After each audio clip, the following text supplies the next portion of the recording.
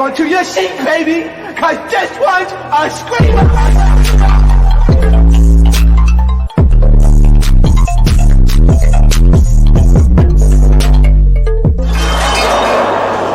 Are you not entertained? Are you not entertained? What is going on, Entertainment Time? Come tell with another video. So first I wanted to get into y'all. Today I had went to Gretchen's Potluck. So I just want to tell y'all my experience. I recently went live on Kick. Make sure y'all subscribe and follow my Kick if y'all haven't been on there as of recent, because I broke down all what happened at the potluck. And y'all, it was tea. I gotta stop the reaction to react to something. I gotta talk about my experience at Gretchen's Potluck. Like, it was so fun. She had her kente hat on. It was just amazing. Like, Gretchen makes the best collard greens. I was like, damn, Gretch, you put your foot in it, didn't you? She was like, yeah, I did. I said, I know you did. I smell it and I taste it. Okay. We had the bestest of times. She had, of course, her kente hat on. Her fried chicken, you know, needed a little bit more work. I brought the pumpkin pie, and she loves pumpkin pie with whipped cream and ice cream. So I brought my girl's favorite pumpkin pie.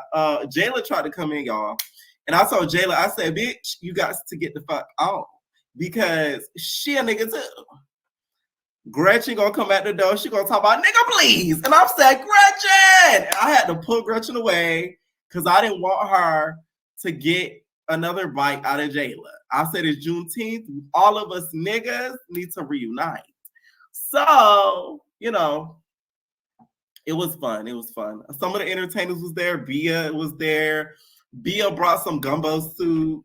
Kima brought... This bitch brought rice and beans, and the rice wasn't ricing. Charlie gonna bring some Spanish food. I said, nigga, this Juneteenth. This nigga brought some Spanish food, okay? He brought some croquetas. I'm like, why you brought croquetas to the Juneteenth potluck? Okay? So we had to take his ass up out of there after we gave him some pumpkin pie, some chicken, some collard greens. So he had to sit it out. But all in all, I'm gonna go back next year. It was so fun. The music was good too. Of course, Gretchen walked into the party and said, my nigga. Okay, they was playing that song, my nigga. And then that was her walkout song. She walked out. She was like, woo! And we all was partying and shit. They played We Like the Party. Hey. They was playing that afterwards. What else? They was playing a whole lot of Kodak Black, The Game, Lil Wayne. And the best part of it all, guess who this bitch brought out? Gretchen connected. Y'all know that? She brought out the Wu-Tang Clan. I said, bitch. I was shocked. But recommend it for sure. We're gonna go to her house next time again. Okay? 10 out of 10. But Gretchen, no, bitch, you're not funny posting this talking about Happy Juneteenth. Ha, the joke's on you though, bitch. Shoes up, she gon' shoes up, she gon' shoes. Okay, and that was my experience at Gretchen's Potluck. Now, as much as I want to laugh, it's actually really not funny because y'all have boosted up this girl's head to the point where she's reposting her wearing a kente hat because of Justin LaBoy. Like, girl, she does not know how to read the room thinking it is. Now, it is a little bit of a key, but the history of it all is really not funny because shout out to the Shade Room. They reported on the fact that, you know, me being a Florida boy, they are basically trying to rewrite history and make it seem as if slavery was our fault and that Black people, we sort of asked for it, which to me is so insulting, and that it benefited us as Black people. Okay, I'm pulling it up right now. It's just when I see this, it's just like it just doesn't make sense. They say, neighbors, if you thought learning about the Great Depression was intense, check this out. Last month, the Florida Board of School Education approved several changes to the state's social studies standards, keeping controversial parts of Black history lessons that sparked backlash last year. According to Politico, the new standards maintain the same language that caused outrage last year, requiring middle school students to understand how slaves developed skills which in some instances could be applied for their personal benefit. Critics, including Rep. Brian Donalds, have called for rephrasing. Other contentious points include the framing of the 1920 OC massacre and the 1921 Tulsa race massacre as violence against and by African Americans, which remain unchanged. Further, drawing criticism from groups like the Florida Education Association and PEN America. Additionally, the standards now mandate that students learn about ancient Jewish traditions influence on the founding of the U.S. as constitutional republic.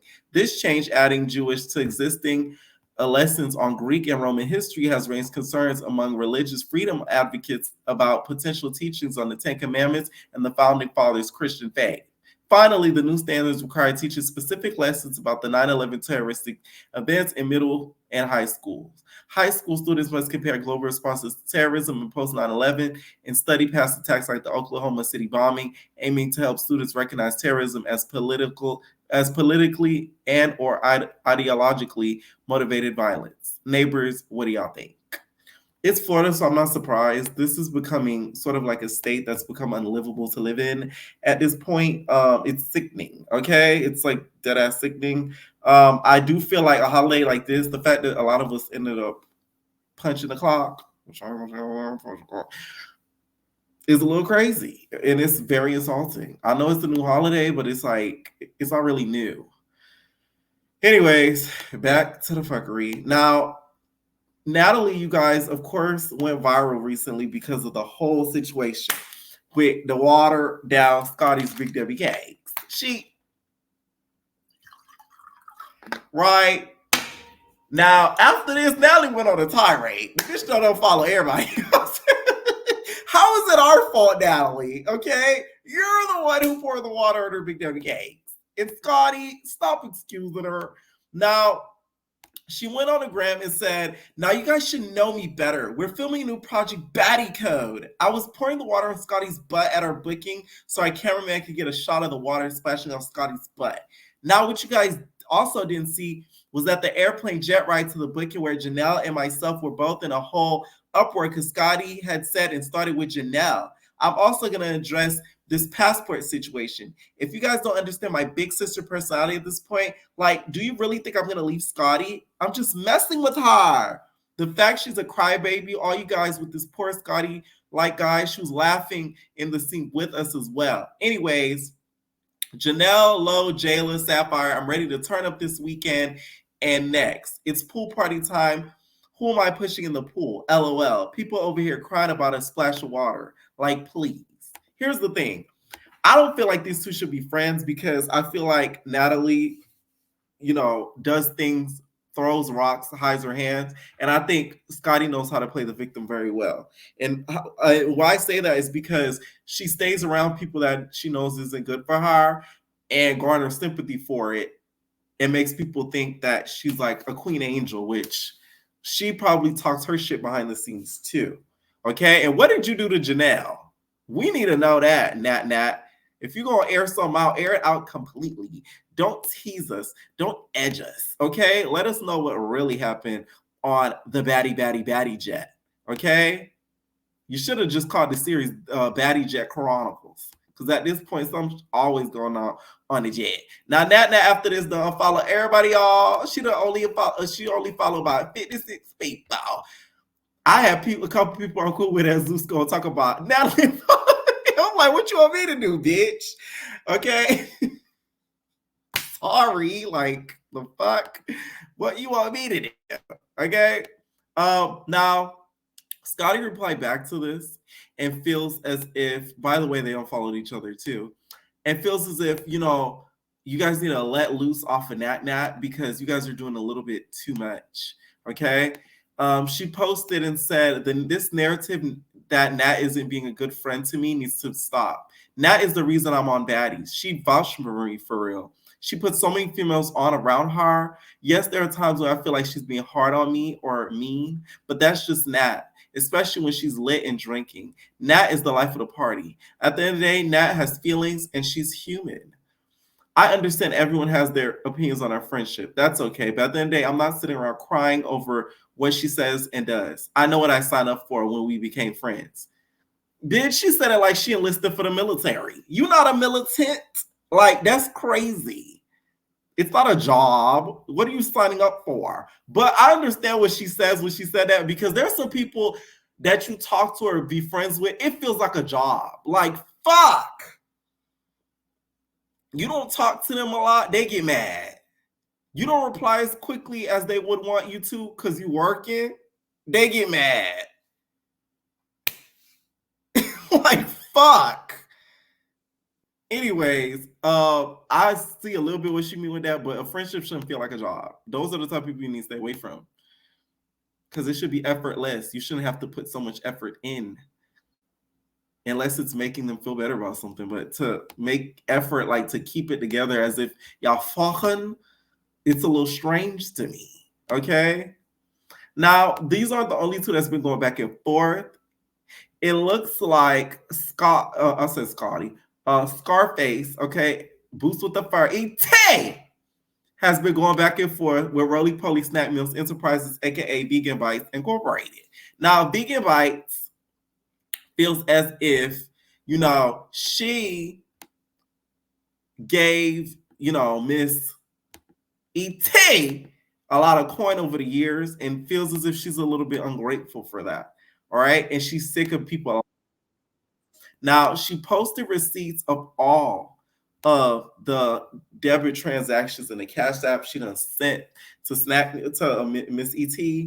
I'm talking about hundreds and hundreds of dollars. See, I got that time money to give people. Bitch, you better clock in. What does you mean?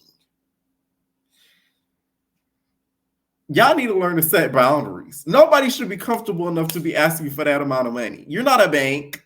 Like, the fuck? That's crazy.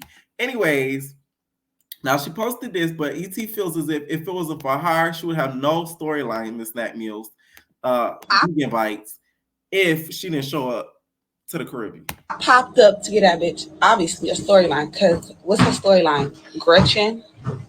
What was her storyline? What was her fucking storyline? Obviously, she needed one. And I went in owning my shit. Owning my shit. That's all I'm saying. Owning my shit. Yeah, that bitch a hater. That bitch is a hater. Bitch, you're mad. Bitch, you're mad. Bitch, you have 4 episodes. Be mad. Season 2. Worry about that. Worry about your season 2, bitch. You're so happy, but you're still talking about me. You're so happy. She's so happy, y'all. To me, see, I don't look and hang out with people to pick out the things they needed, their flaws, their odors. Let me sip. Hey, Tay, they say you had an odor too. Nat implied that many a times. So this is the pot called the kettle black on Juneteenth. Shit like that. I popped up to get that bitch. You picked a side, bitch. Now don't get mad about it, bitch. To be honest with yourself, bitch. You're not cool with ET because of Natalie. Yeah. You're not cool with me because of Natalie. Yeah, I said it, bitch, because y'all bitches be hiding. And that's why I put your fucking number out, because bitch, you was trying to fake like, I ain't gonna let everybody know I'm not cool. They was like, let it not be known that they wasn't cool with me. Bitch, let it be known, bitch. You're not cool with me. Because you're not. They were trying to get ahead of that story. Like, we're gonna put this out the way we want to put this out. No, bitch, let it be known right then and there. Y'all been not fucking with me since the day after the reunion. You was not fucking with me, Broly. You made it look good on TV. Like, you picked a side, bitch. Now don't get mad about it, bitch. My whole thing is, in the whole Rolly versus ET battle, I'm gonna side with Rolly to this because you really didn't have a reason to hit her, Natalie. So, and of course she's gonna go with the bread is after she done gave you bread. What did you expect her to do? I just don't get it, like, at all. It just doesn't make sense to me. Okay, and also her saying that she picked a side. She wouldn't have picked a side had you not did what you did at the reunion. I'm telling y'all, had they not did what they did at the reunion, ET, they still probably would have been friends to this day. And I feel like ET would be on Caribbean. I feel like they would put ET on Caribbean just because Natalie would know the drama that it would bring, and she would still be on good terms with ET. I think she'll bring her back to Caribbean just to start up shit. Maybe not even from the beginning, maybe halfway even. So that's all. Now, Biggie. I gotta call you out, Biggie. Biggie's recent recap, I believe it's episode 3. She justifies Gretchen saying the N-word, and I'm very disappointed in you, Biggie. Okay, she's like, bro, because she's Puerto Rican. That's the environment she grew up in. And then you got Teddy talking about, yeah, isn't her kids black? No, Biggie. Okay, it's damn Juneteenth. You gonna drop the video on Juneteenth about that shit? No. I don't like that. Okay? You slowly but surely losing me, Big Bigs. Oh. And also, she's been talking a lot of hot-ish about Jela. Now, Jela really wants to get at Biggie at the reunion. I don't blame her, and y'all not love me some Bigs, but it's like, I feel like when Biggie does these recaps, she doesn't talk in past tense. She's talking in now. Like, I still got pressure with the bitch, which I think she still does from what she's saying, because I don't think she's doing it unintentionally. I think she's doing it intentionally. So Jela says next time she sees her, it's up. Somebody tweeted, said, I'm sorry, I hope Jela beat Biggie ass at the reunion because she's talking too much in these recap videos. Then you defended Gretchen just because you don't like Jela? Sad AF. Now, Jela said, oh, I am. Biggie talking unlimited-ish about me, but not telling the world that when she found out that her guy was missing, I was with her. Reading text messages, telling her what questions to ask, calling police stations in Providence from Dominican Republic. However, I'm always the bad guy. F her, popping that 304 again. So apparently, I guess something happened with Biggie's dude that we see, unfortunately, RIP, passed away. And I guess Biggie found out in the DR, and Jela was helping her. So that probably is going to be a part of part of Biggie's storyline. For her to do that to you, I hope there's something that happened towards the end of the season as to why Biggie's talking like that. And I hope it's just not she's talking crap like that just from the few episodes up to her apologizing. Because really, even though Jela did too much, don't get me wrong, but like, she did apologize. And not even that, the bitch got a forever scar. So you won at the end, bitch. So I wouldn't even be mad. I'd be low-key keen at her, like, bitch, Gretchen, bitch, you. Like, you know what I'm saying? Like, Big Bigs. Let me know what y'all think down below. And also about this Black History update, especially in Florida, okay? It is Juneteenth. Leave your comments down below, and we're out, babies. No personal thing.